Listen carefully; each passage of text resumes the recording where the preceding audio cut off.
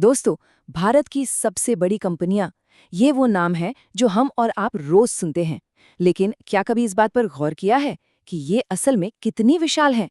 आज एआई दुनिया नोटबुक के सौजन्य से हम इसी दिलचस्प विषय पर चर्चा करेंगे।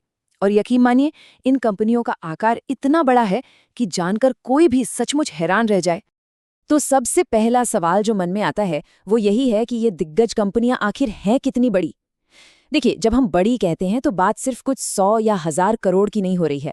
हम एक ऐसे स्तर की बात कर रहे हैं जहां इन कंपनियों की कुल वैल्यू के सामने दुनिया के कई छोटे देशों की पूरी अर्थव्यवस्था या उनका सालाना बजट भी बिल्कुल बौना लगने लगता है। चलिए, इस गणित को समझने के लिए सबसे पहले एक बुनियादी सवाल पर आते हैं। मार्केट वैल्यू क्या होती है? बिल्कुल आसान भाषा में कहें तो किसी कंपनी के जितने भी शेयर बाजार में मौजूद हैं, उन सब की आज की जो कुल कीमत है उसे जोड़ लें तो वो उस कंपनी की मार्केट वैल्यू बन जाती है। सीधा सा लॉजिक है, जितनी ज्यादा मार्केट वैल्यू वो कंपनी उतनी ही बड़ी और मजबूत। अब आते हैं सीधा अपनी लिस्ट पर, और भारत की सबसे बड़ी कंपनी का ताज जिसके सर पर है वो नाम है रिलायंस इंडस्ट्रीज। आंकड़ा सुनकर शायद यकीन ना हो, 18 लाख करोड़ रुपए। जी हाँ, रिलायंस इंडस्ट्रीज की मार्केट वैल्यू लगभग 18 लाख करोड़ रुपए है। सोचिए, 18 लाख करोड़! ये रकम इतनी विशाल है कि इससे कई छोटे देशों का पूरा खर्च आराम से चल सकता है। और खास बात यह है कि रिलायंस का ये दबदबा किसी एक क्षेत्र तक सीमित नहीं है। तेल हो, गैस हो, टेलीकॉम या रिटेल, और अब तो ग्रीन एनर्जी भी, इन सभी प्रमुख सेक्टर्स में रिलायंस की धाक है। मतलब अर्थव्यवस्था के हर कोने में इनकी पकड़ बेहद मजबूत है।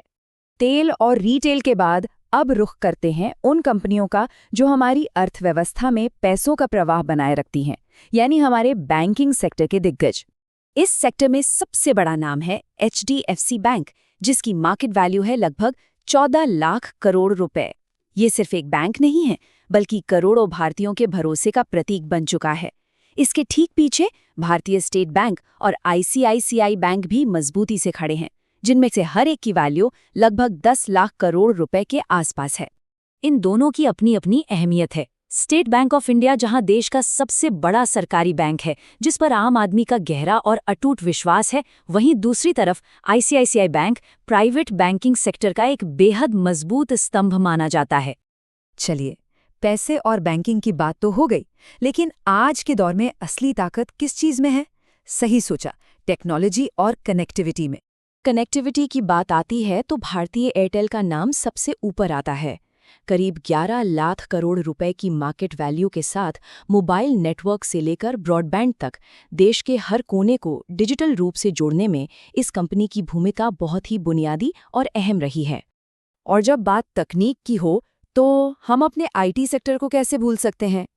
भारत की IT ताकत का सबसे बड़ा चेहरा है TCS, यानी टाटा कंसल्टेंसी सर्विसेज, जिसकी वैल्यू करीब 9.5 लाख करोड़ रुपए है। वहीं लगभग 6.5 लाख करोड़ रुपए की मार्केट वैल्यू के साथ इन्फोसिस भी पूरी दुनिया में भारतीय तकनीक का डंका बजा रही है। अगर हम इन सातों शीर्ष कंपनियों के आंकड़ों को एक साथ रखकर देखें तो यह पूरा नज़ारा सचमुच हैरान करने वाला है।